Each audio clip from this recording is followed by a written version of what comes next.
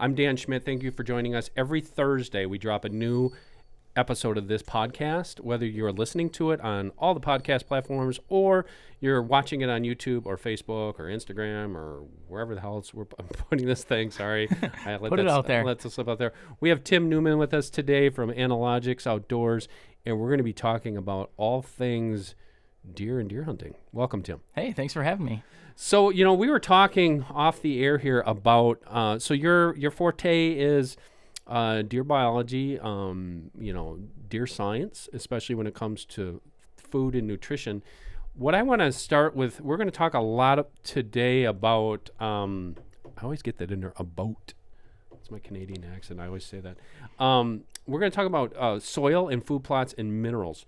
But the first thing I want to ask you, Tim, because I've been in this chair a very long time. I'm a relatively new food plot practitioner. I've never really done wide scale plots. I hunted a lot of my life on public land and then very, very small private parcels. But one thing that I find absolutely fascinating about managing deer with food plots is soil. And the reason why is I am a vegetable gardener at heart, and I know what it takes to grow good kohlrabis and tomatoes and broccoli and all that kind of stuff. And there is definitely a science to it. But I want to start with the science of soil. Now, one thing that I don't, and I know I get this, the reason I'm asking, because I get this question a lot. There's guys on Twitter and Instagram and Facebook that will send me messages, and they'll say, I've been doing this thing, but I really don't know. Yeah, we till the soil and we plant these seeds, and some of it comes up, and the deer eat it. We shoot deer, and that's all great. But, what? Now, if you're a farmer or you're really a serious person listening to this question's going to be easy for you, but I want Tim to explain it. What is the difference between, turning soil with a plow or a disc or a tiller?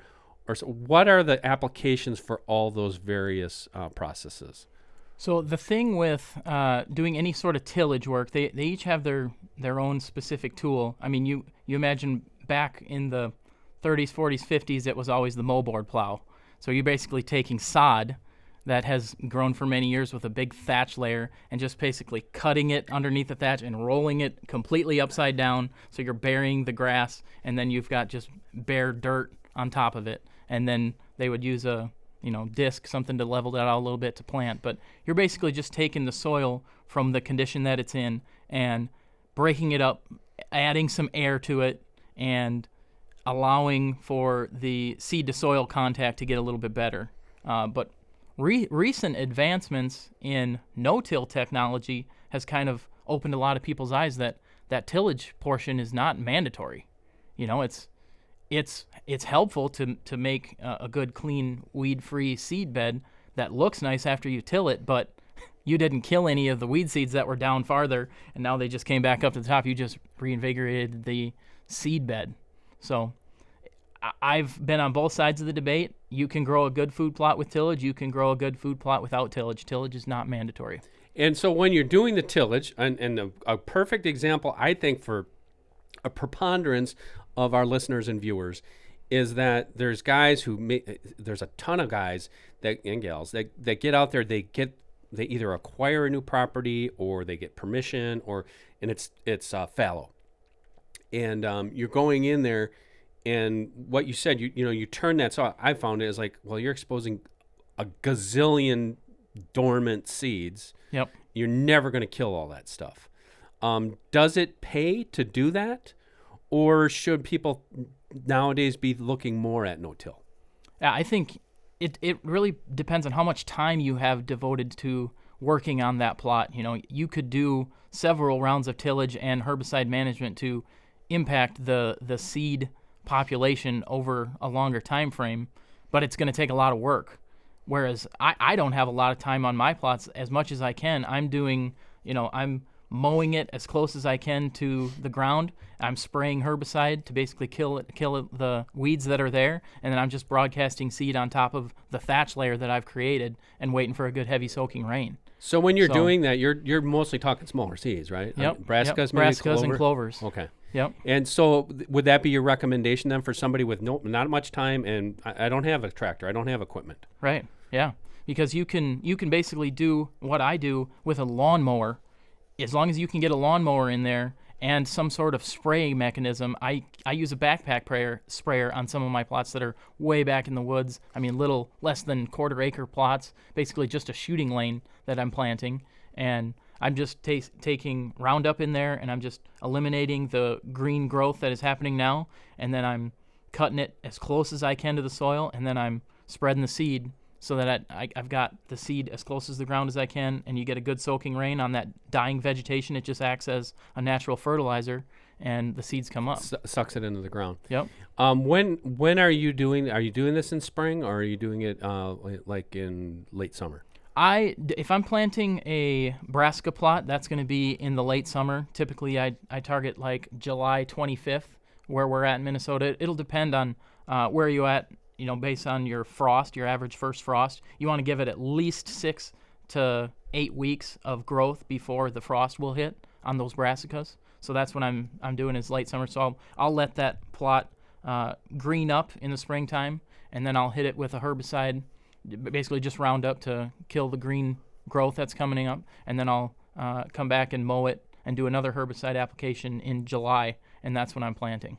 So you're using glyphosate. We got to actually have a disclaimer on that. Tell me, that stuff is nasty if you get it on your skin, right? I mean, what precautions do you take? I mean, I wear like a face mask, and I wear like my sunglasses, and I'm wearing rubber gloves. So, and not doing it when it's windy. And not doing it when it's windy. Yep. And if you're doing that with a backpack spray, you're just going along pretty close to the ground spraying that stuff? Yep. Yeah, you don't want it to drift off of what you're trying to target. You don't want to inhale it. But it's not that bad. I mean, you do normal safety precautions, washing your hands and, not trying to breathe it in. You think about the wind direction. You want the drift to be away from you as you're spraying. So I've used it. I mean, it's a great thing for killing weeds. I'll tell you that. I mean, yep. I've never actually thought about what you did, because I've always done. We got to till this, and then I would drag it in yep. with like a chain link fence piece behind either a lawnmower or something like that to try to get that seed down there. Yep. I wanted to talk about that for a second. This is kind of annoys me because no one's ever given me a straight answer, so I'm leaning this all on you right now. You're going to come up with the be-all, end-all answer. Guys who are really good at food plots, I know lots of them. They're awesome guys. They're awesome hunters, but they say, well, you have to have a properly prepared seed bed. Well, what the hell is that? What is a properly prepared seed bed?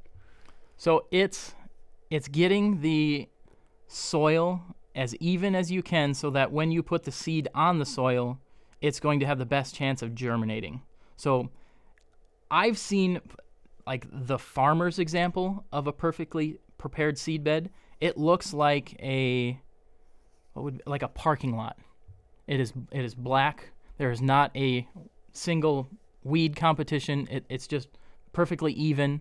I mean, the tillage equipment that they have to make that costs a lot of money, right. And it takes really big equipment. But I want to do that with that's not applicable for the guy doing it in a very small area. That's what I'm saying. So the guy who wants to do it in a small area, he's got a little compact tractor, hopefully, or a lawnmower or something. What I know is, because one of my buddies has done mine for me, is he tills it, but then he comes in with one of those cultipackers and it presses the soil down. Yeah. What is that?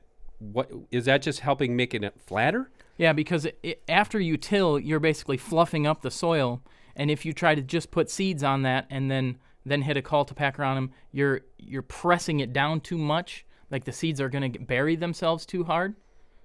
So you want to get that seed no more, especially the smaller seeds, no more than a half an inch down below the soil surface.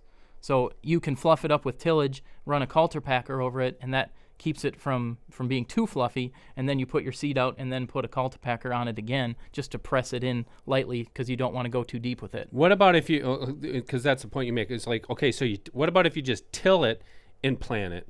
That fluffy soil, is it just going to suck that seed down too far? Yeah, you're going to have an uneven germination because of the unevenness of the ground, and the soil is not evenly distributed across the plane that you want plant to grow from. So like some of the seeds are going to be on the peak of a hill, some of them are going to be in a valley, and they're going to be at odd layers in terms of the evenness of the topography of the plot.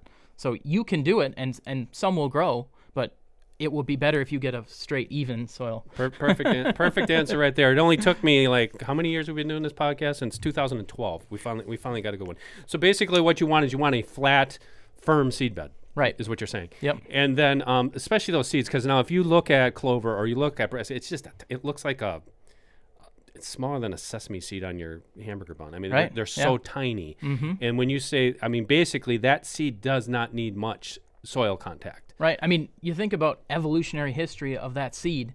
It wasn't placed far into the soil in its lifetime. You know, it's not going to do well if you put it an inch down.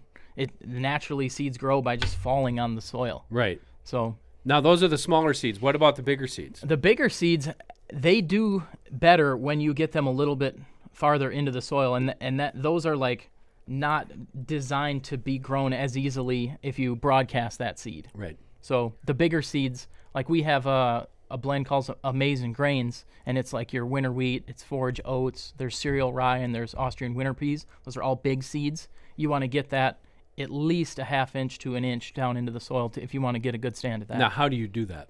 So for that, I actually have a drag that I use. So I'll take and after I've eliminated all of the green growth, then I'll take my drag and I'll basically just run over it several times so I'm fluffing it up, and then I put the seed out and then I drag it again.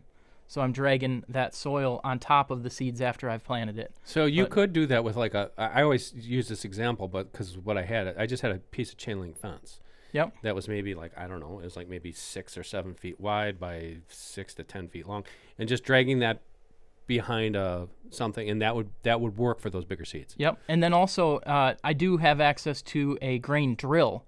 So Mark has property up in just north of Worthington, and we've got it's a Van Brunt from 1960, but it's got a setting on there we just set it for peas because that's the biggest seed that we have in that blend. Just set it for peas, and then it puts it at the right depth, and you've got the right seed rate coming down in it, and then we just take that. It's basically just like a no-till drill, but it's designed for use in fields that have been tilled, and it just runs right behind the tractor and places the seed down. Well, I was going to say, now that's the ultimate. The ultimate is having that, or having a buddy that have it, and to me that's getting, I always say, okay, this is getting too complicated. I don't have that. I don't have the access to it. I don't know how to use it. I've seen people use it. I've seen people. Steve Bartella grows phenomenal food plots. He's got the time and the means to do it as far as the equipment. But I could still do that if I'm a guy that wants to do that, like plant. We hear about it all the time, like oats and peas and things like that. I don't have to be scared off by that. I can do it with just dragging that in. Yep. You just might need to drag it a couple times just to get it a little bit deeper into the soil. And then running it over with tractor tires isn't hurting it at all. It's actually helping it. Yep. That's interesting. Mm-hmm. And do you plant? Now I do it for my garden. I just got my garden in here. The last of it was 2 days ago, but I've got all sorts of stuff. I got squash and peppers and all this stuff. But I always plan. Now I'm not talking seeds. I actually did with my green beans. I've got 4 rows of green beans because I love green beans. I plan that always to plant before rain. I always do that. Yep. Do you do that with these plots as well, or do you just get them in there and just wait until it rains? I mean, if I'm looking at the forecast and there's no rain in the forecast at all, I'm gonna wait until the point of no return. When you're getting too close to the end of the growing season, you just got to put it in the ground and pray. But I would rather plant late with moisture than early without moisture in the fall, and then the opposite in the springtime. So if you're lacking moisture right away, I would wait and plant in the fall, because you're going to have a burned out plot, especially with clover. It's not going to get a good establishment if there's no rain the early part of the growing season. That's when clover does the best. Deer Talk Now is brought to you by, with more than 70 years of experience in the animal health and nutrition industries, Analogic Outdoors brings its unique expertise to the science of deer feed and attractants. For more information, visit analogics.com. Okay, so I don't know when we're dropping this this podcast because we've done 2 with Tim, but if this is too late, this next question is these are mostly generated on my brain. Like, okay, this is a question I wanted to ask. Yep. So you might have to bookmark this and come back to it if it's too late in the season for you. But like right now, when we're recording this, it is May. What, Ian? It's May 10th today. May 10th. I haven't. So I have a plot that's about a 1/4 acre. I planted it the last 3 years, and I've always waited until the end of July. And actually, last year I waited until the first week of August because I plant it with Braskas, and the deer absolutely destroy it. It's gone by bow season. Our bow season comes in like 3rd week of September. Mm-hmm. Does it behoove me to plant something now in mid-May, or is it too late? And if I do something, if I have a plot that is getting hammered by deer in fall, what is the process? What is the process that you would recommend? Like something that you could either plant like now in May, and you're going to have May, June, July, August, and then till it up and replant it in fall. What would you suggest in a situation like that? So there's 2 options from Analogics that would be helpful in this situation. One would be called fixin' clover. It's an annual clover, and it has a lot of nitrogen fixing plants in it. So there's Balanza clover in there. There's Uchi arrowhead or arrow leaf clover, excuse me, and then there's crimson clover in there. So it's basically a plot placeholder that is putting nitrogen into that plot throughout the early part of the growing season, and then you come in there, you can spray it. You could plant right into the dead fixin' clover, or you could till it. Either way. You could spray it, till it, or plant right into it. Is what you're saying? Yep, but if you plant into it, you got to make sure you kill off the fixin' clover because that's going to compete with the Braskas just in terms of surface area and plant, like leaf matter, because you're going to have basically a clover stand that you're going to eliminate. So you can till it, and basically it just turns into green fertilizer, and as it decays, it's putting nitrogen into the brassica plot. The other option would be to plant what we call summer crush, and that's basically another summer placeholder, but it's a bigger broadleaf mix of forbs. So there's things like forage peas in there. There's mung beans. There's conventional soybeans. There's sunflowers in there. So there's buckwheat. That's a good soil conditioner as well. A lot of nitrogen happening with that plot. So that could be planted, as late as the early part of July if you're using it just as a placeholder. And it's going to get demolished. But, I mean, that's okay because you're going to put another crop after it. The deer are going to hammer it, especially on a 1/4 acre. But it's basically better than a weed that might not be eaten. And it's going to take over the plot. Actually, Yep. I set you up on that question because I wanted to talk about nitrogen because I actually kind of thinking in those terms. I was thinking of like either like rye or buckwheat because I've planted that before. And buckwheat came in great and deer ate it. And I was like, man, this is awesome. And by the time it got to like August, it was all flowered out and nothing was. Yep, loses palatability later in the. But that's putting that back into the soil. So what I wanted to turn that into is, I think I know, like I said, I'm speaking to guys. There's guys with lots of experience who got this stuff down, but I'm speaking to guys who are like me who you don't have a lot of time to do this stuff. You've got a weekend or something like that, and you wanted to get it done. And the biggest frustration that I see, especially with deer and deer hunting viewers and readers, is that their intentions are good. They get out there, they read all this stuff, they've got a very good handle on it, and then you got food plot failure or something like that, or the soil isn't right. And then I think what happens is maybe they gloss over that fact. So let's talk about, I know everybody says, get your soil tested, get your soil. Yeah, we do that. And it's like, okay, it's 5.7, what mine was last year. And I'm like, oh, I'm supposed to put this much lime in. And I went on and ran all of this lime. I don't know if it did anything. What can the average person do, or can they do other things other than maybe plant a cover crop like that to help improve that soil condition? So the reason that food plots fail a lot of the time is the lack of fertility of the soil, and then also the lack of sunlight. That's another big thing. I see guys trying to plant under the canopy in a woods because that's where their stand is. They're trying to bring the deer to their stand. Well, they would be better off, clearing some trees and getting more sunlight down to get the plants to grow. But I mean, plants need the nutrients to thrive. You can get them to germinate, but they're going to not do as well if they don't have the fertility. So, I mean, it's basically you get what you put into it, and it sucks because you don't have time. It's a lot of work. But if you don't have time, you can't grow a good plot. I mean, Right. You need to do some work to have a successful plot. There's no like magic dust that I've got this seed and that's gonna grow no matter what I do. Like, you have to do something. What's funny about that is it brings us right back to my vegetable analogy, because it's like I know that, because it's like I want to grow great tomatoes, and Charlie Alsheimer, rest his soul, he always told me, he said that tomato is it's as good as that soil is. Yep. And he goes, okay, so you might do a lot, and you might grow a great tomato, but he said the nutrients are only going to be in there as if you got them in the soil. So, and the thing that I learned, I've been doing this for the whole vegetable thing for going on 25 plus years, is that when I first did it, I went out into the yard first it was the forward tillers. Mm-hmm. Then I splurged and I got one of those nice rear tine tillers. It was a Craftsman. It was awesome. Yep. And I would like till up the front yard. I'm like, yeah, that looks good, and plant it, and nothing grew. Because it was probably a lawn forever. Right. And then I'm like, well, actually, we got to put some compost in there. We've got to put some, I actually would put rotted chicken manure in there. And then once I did that, holy crap, I was, no pun intended, I was growing great tomatoes and great everything. Yep. And it's kind of the same thing with food plots. And the point that you make is in the woods. I see this a lot. Okay, let me digress here.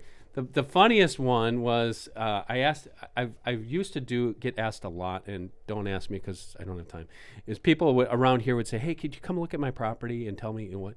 And I'd look at it, it's like, you have no food. You've got some great woods, but it's, like I said, we were talking about before, is like you've got all these invasives. You got locust, and you've got bush honeysuckle, and you got buckthorn, tons of it. And it's like, well, I got food plots.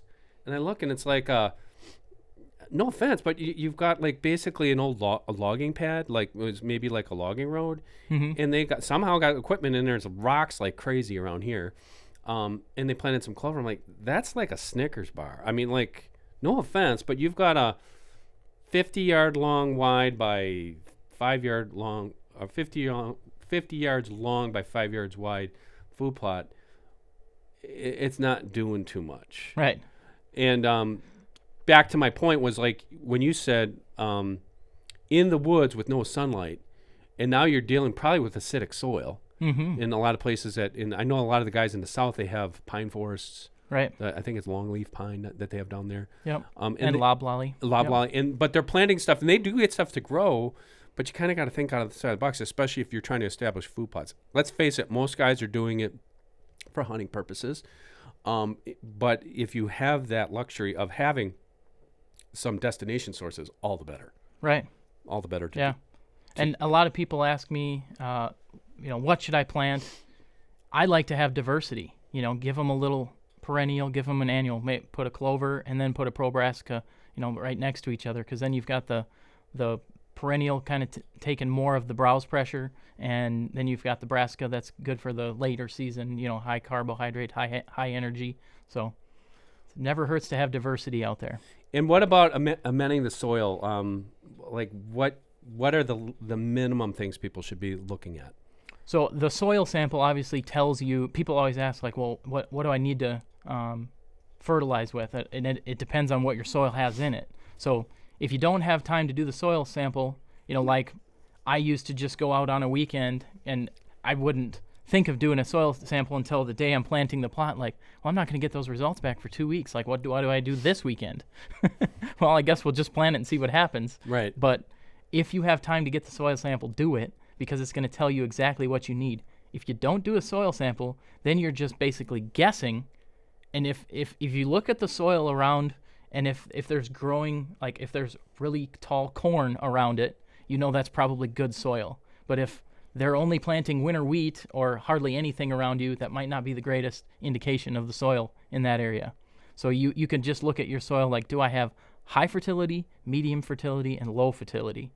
If you think you have low fertility, then you just need to put fertilizer on it, just a random, whatever you can get from the hardware store, a 10-10-10, triple 13, and you're going to put, 200 pounds on a quarter acre, and that'll be better than doing nothing. But I can't tell you if that's going to be exactly what your plot needs without the soil sample. You're just blindly putting out fertilizer. Right. So and it costs money. So if you have unlimited funds, put out 500 pounds of triple 13, you're going to lose some of it to evaporation and loss through leaching, but it's not going to hurt anything. Is your recommendation just an annual process of this, or do you need to actually follow up? Yeah, you need to follow up because somebody asked me, they had a food plot in a pine stand and their pH was low, and they asked me, next year I'll be okay because I don't have to worry because I limed it. And I said, well, did you remove the pines?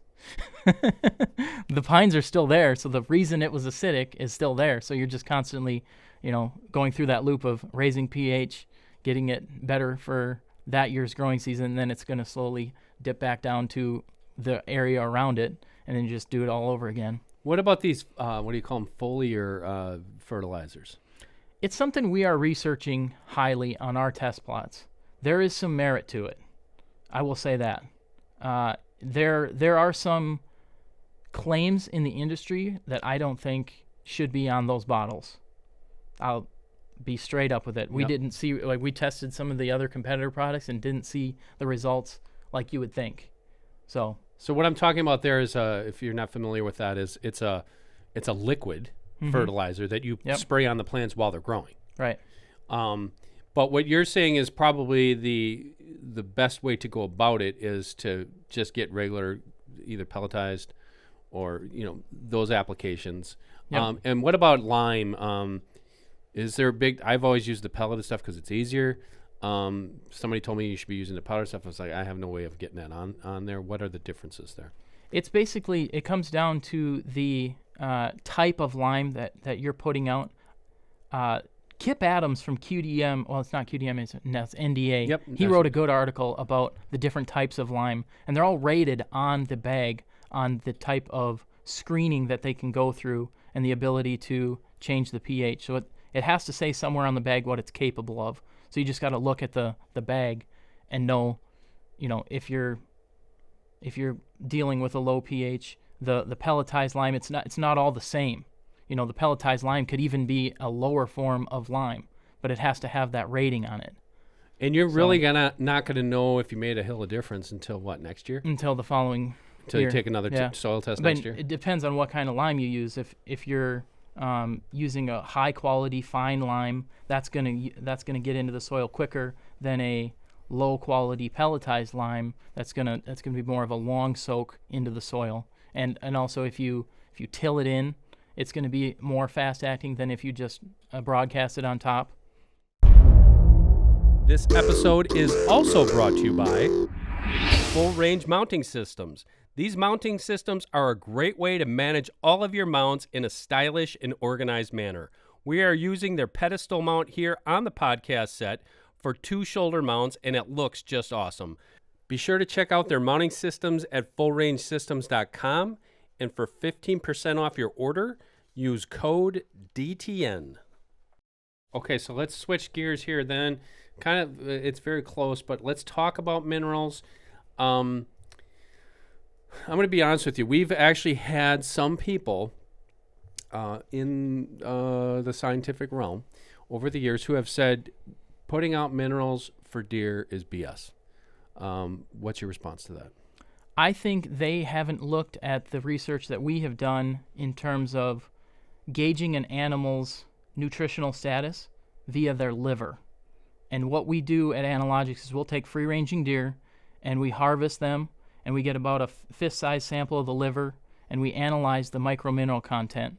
Basically, you're just looking at the last 6 weeks of what that deer's diet had in it and what they were able to consume and have in their system at the time. So if you want an early season sample, kill your deer early in the season. If you want a late season sample, kill it in the late season. But we have yet to find a deer, no matter where it is, even on the most highly managed properties where they're growing 200s every year, that isn't missing at least one thing. even where they're being supplementally fed, we haven't reached the peak of what could happen as far as nutrition, especially in free range, because they're still living in the wild and they have stressors, like you're talking about, social stress. They just aren't getting enough of what they need. And here's another thing. The book for what deer need is not written. We're basically using data from sheep tables in the National Research Council because they are similar sized animals. There hasn't been a long enough study done on whitetail specifically to know, they need 500 ppm copper in this amount of time. And the study would take a long time. It would take a lot of money, take a lot of resources. Nobody just has taken that time to do that yet. So we're using sheep tables to know it's got to be close to this, and we're testing the free-range deer, but we have yet to find the perfect animal that has it all. They're usually missing one of 4 microminerals. That's copper, manganese, zinc, and selenium. I just wrote that down. I wrote that down before I came in here. So those are the 4 things that we have really tried to focus on with our granular mineral. Obviously, calcium and phosphorus are important because you grind up antler. That's number 1 and 2 ingredients. But every deer that we've tested free range, they're not missing calcium and phosphorus. They're getting enough of that, but they're missing the micros. So we're basically, you think about the limiting resource across the landscape, we're just filling the bottom hole in the bucket so that they can express their antler growth in whatever their genetics have in store. So. What differences have you seen in deer that you've tested in, like, say, just meticulously managed properties that are putting out these supplements versus, like, maybe a Northwoods situation where you're dealing with deer that are living on vast dead seas of public land?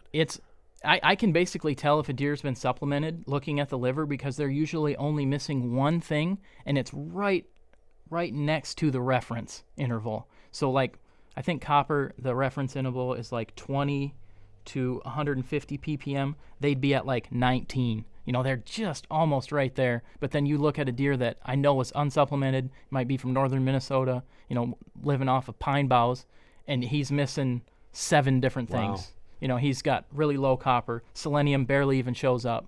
It's like their soil is so void of those minerals that they're expressing what is available to them. And it shows, obviously, in antler development.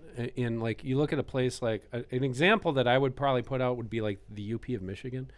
You see deer up there, like John Eberhard has talked about it all the time. He said if you can kill, actually in Michigan in general, you can kill a 100-inch buck in Michigan, you're doing well. And in the UP, now I know a lot of this could be genetic, but a lot of those places you've got, 2 to 3 year old bucks, no brow tines, very, very thin antlers. Yep. And I would just guess that the mineral acquisition probably just isn't there. Right. Yeah, that's exactly it. And you would think it's more genetics, but it's more nutrition. They cannot get as much nutrition in those areas because of the soil that's there. And it's not like the button bush is any better in Michigan as it is along the river in Buffalo County. It's that they can grow more button bushes and brambles and raspberries per square foot than they can in Michigan. So the soil is helping there be more plants available. More plants, but it kind of goes to my tomato analogy, is that you might actually have the same plants, but that plant isn't bringing up the same amount of mineral, right? Right, yeah. So it's a function of the plant is basically just a mineral transfer vesicle that's helping it get into their system. So if you've got good plants, then you've got good nutrition. Do you guys not find this absolutely fascinating? I actually find I could talk about this for all day because I find this stuff so fascinating about just deer biology in general, how it works. And I always kind of go down these rabbit holes. It's like, why is a deer's liver blood opaque as opposed to, maroon colored as opposed to red? And I know you could probably get into the whole mineralization. Right. And that probably has a lot to do with it. Okay, I digress there.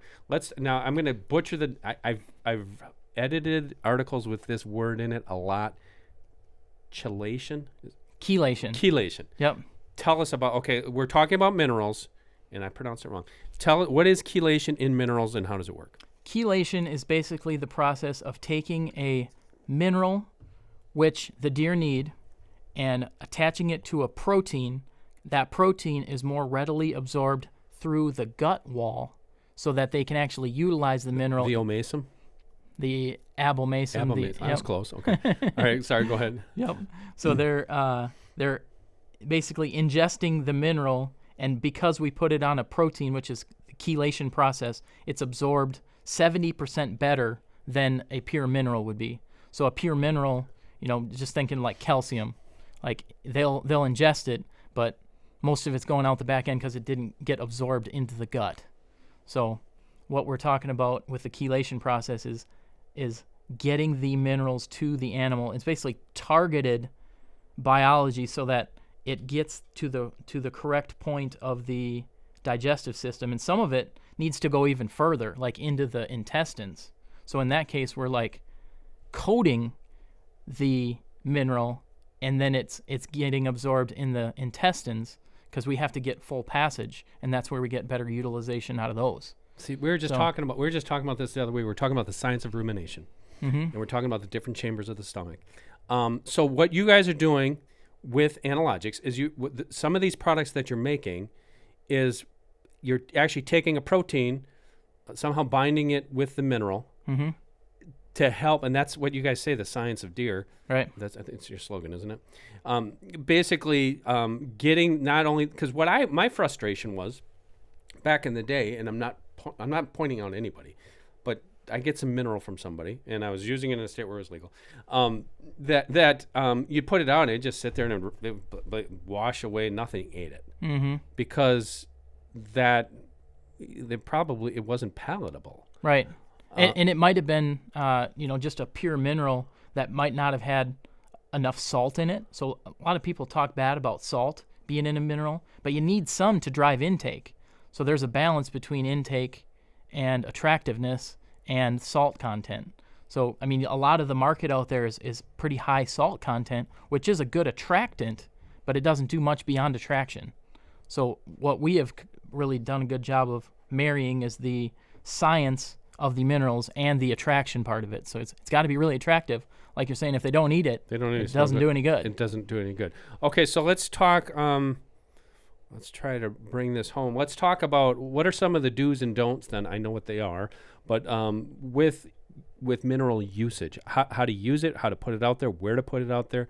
One thing I do know is you just don't throw it out in the middle of the woods and expect deer to find it. Right, and I had a guy the other day that put a pile of mineral out in a wide open field that was open to the sunlight, and that's another good way of not doing it right. So I try and find spots that are in the shade. I try and find the best soil that I can in an area. So the darker the soil, the better. If you're in an area that doesn't have any good soil, I would not put a mineral site on the ground. If you've got pure sand all around you, I would put it in a stump. The kind that are like spongy, rotten, you can basically pull them apart with your hand. That's where you'd want to put a mineral site in those areas. But I try and find the best. Why is that?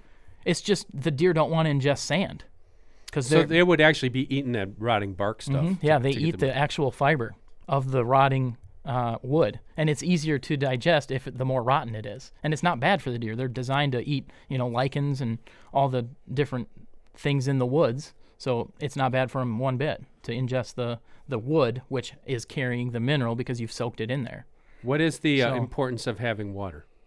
Water is an essential nutrient, and I mean, deer get a lot of water from what they eat, especially throughout the growing season, but water is an absolutely important thing. A lot of the whitetails range, it's not a limiting resource is the thing. There's water sources all over the place, but the farther west you get, it becomes a limiting resource because the water is not there for them.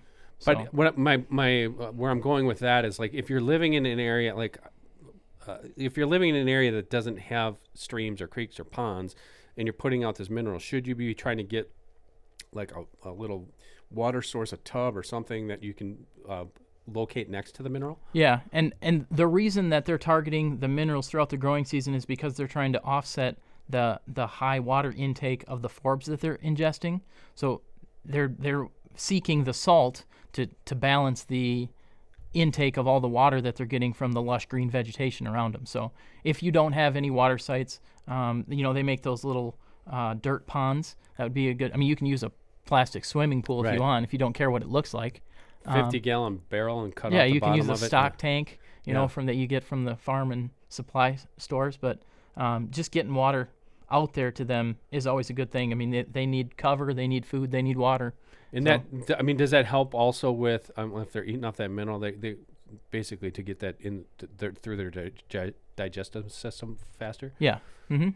And you think about where the best dirt is along the landscape. It's typically towards creeks, rivers, pond edges, stuff like that. So that's another place you can target for a mineral site. But I also think about access and egress, because you don't want to put it right in the middle of the property where you're going to it every 4 weeks to refresh the mineral site. You want to maybe tuck it in a corner that you can get in and out of without spooking the deer that are coming to it.